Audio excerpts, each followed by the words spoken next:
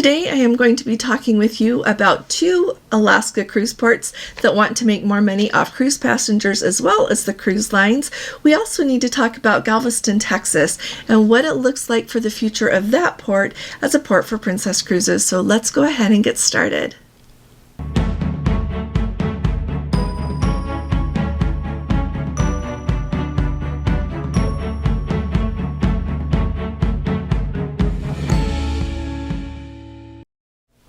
Hi there, this is Allison with Let's Go Travel Tips. If you haven't subscribed to our channel yet, will you please go ahead and click on that subscribe button, and if you appreciate my videos, please give this video a thumbs up. I look forward to reading your comments and having you join the conversation around here. So first off, let's talk about the 2 cruise ports in Alaska that really want to stick it, I think, to the cruise lines, and I'm going to tell you why. So let's start at the top with Juneau. So Juneau has long been in the news, for better or for worse. It depends on what you think, and I think there is actually good and bad to both sides of the argument. They have long been in the news for wanting to reduce the number of cruise passengers that come ashore. That has been an ongoing thing there. They have referendums about it, then they're defeated, and they just have made tweaks to how many ships and how many guests can come ashore each day there in Juneau. So to add to all of the information that goes along with that, Juneau has voted to double the dock fees that they charge to cruise lines, and apparently it used to just be based on the size of the ship, how long it was, and the tonnage, and now they want it to also be based on the number of passengers that they bring ashore. So they said that they want to go ahead, this is aimed at making the dockage fees more competitive with private docks in Juneau and others in Southeast Asia. So that's the argument that they've got for this desire to make more off of the cruise lines. It says that with the changes expected to take effect in 2026, they are expecting to double the fees that Juneau earns from the cruise ships coming. And so tell me what you think about this in the comments. Do you think that this is a good move by Juneau? Do you think it's a bad move by Juneau? I think in the long run, as we are seeing a little bit more, I think that Juneau is going to always stay as a remarkable cruise port, and it is. It's a beautiful, beautiful city.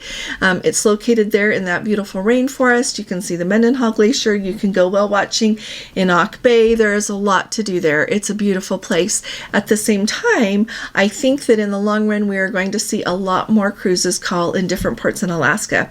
I have a feeling some of them are ones we've not even heard of before, but they will want to take advantage of cruises wanting to look at other ports to visit as well, take passengers to new places they've never been before, maybe don't charge quite as high of docking fees, maybe giving them a chance to see some different things.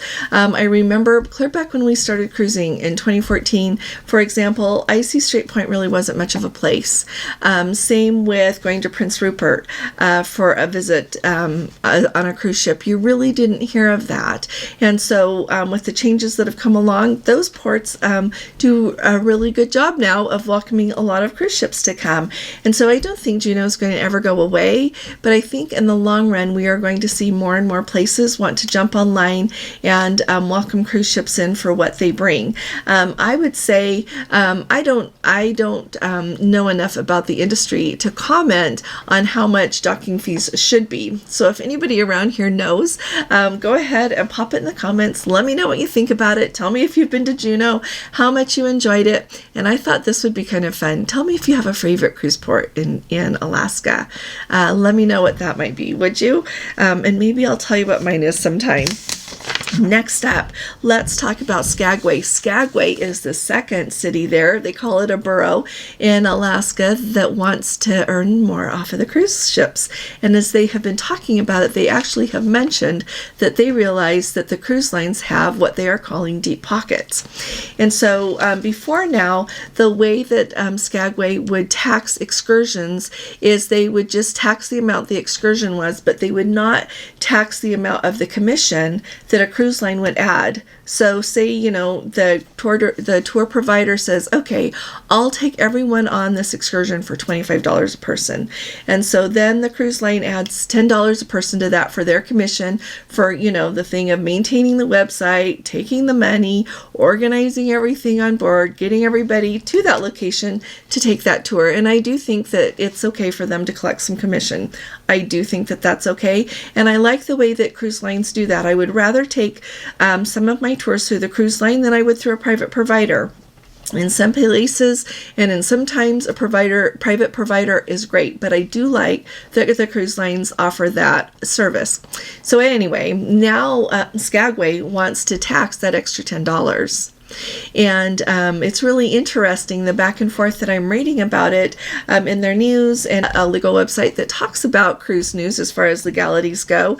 And it's really kind of interesting back and forth, because some people there in the city think that this is legal. Some people think that it's not, but the city of Skagway is actually being sued by CLIA, Cruise Lines International Association, which is probably the largest cruise line association, that they are suing them, saying that this is not a legal tax. And so it's going to be really interesting to see how this changes everything going forward. I thought that it was interesting that there's a gentleman, his name is Stephen Mahoney, and he is an Anchorage-based tax attorney who is not involved in this litigation whatsoever. He says, under Alaska law, we believe the Skagway ordinance is illegal. It's not appropriate and it should be reversed. So hopefully in the long run, this will be reversed, because what happens when these places tax the cruise lines more? Then we are going to see higher prices. So everything always trickles down, doesn't it? So I thought I would give you a heads up on that, and I'm going to keep my eye on the resolution. I have been keeping my eye. I told you about a week or so ago about that cruise tax that might go into effect in Norway, and I've been following along, and I have not seen the resolution on that yet, but I'll tell you about it when I see it. So let's talk for a minute about Galveston as a cruise port for Princess Cruises, and then I've got some more news for you tomorrow about Galveston. But today I want to tell you a little bit about what we need to be thinking about as far as cruises going on Princess out of Galveston.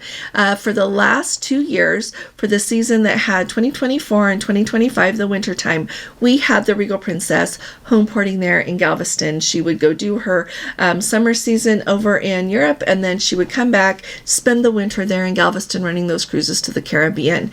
And everybody seemed to really enjoy it, and I think it was overall a good thing. But we noticed that those cruises were announced for early 2027 on the Majestic Princess, and then they were canceled.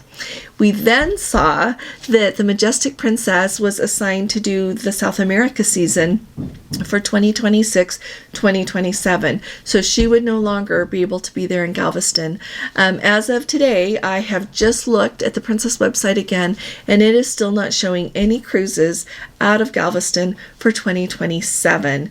And so I am wondering if that is just not going to be a thing anymore. I know, and I would do this if I were in charge of money at Princess. You have to look at which ports the cruises sell from, the very best, where you can earn the most money doing cruises. And I'm wondering if Galveston was just not that place. In all honesty, when you look at a lot of their sailings, some of them, especially around the holidays, and some of their more specialized itineraries would do really well. But when you looked at the sailings that were just more run-of-the-mill down to the Western Caribbean, it was a really great deal for the people that lived in Texas, especially in the driving market there. But for a lot of other people, even flying there would be good because the cruises were more inexpensive. So just putting that out there. Let me know if you have sailed in or out of Galveston. We are going to be sailing out of Galveston on the Love Boat Cruise. We've got a really fun group going, so if you want to join us, there are still cabins available. That's November 16th of 2025, round trip out of Galveston.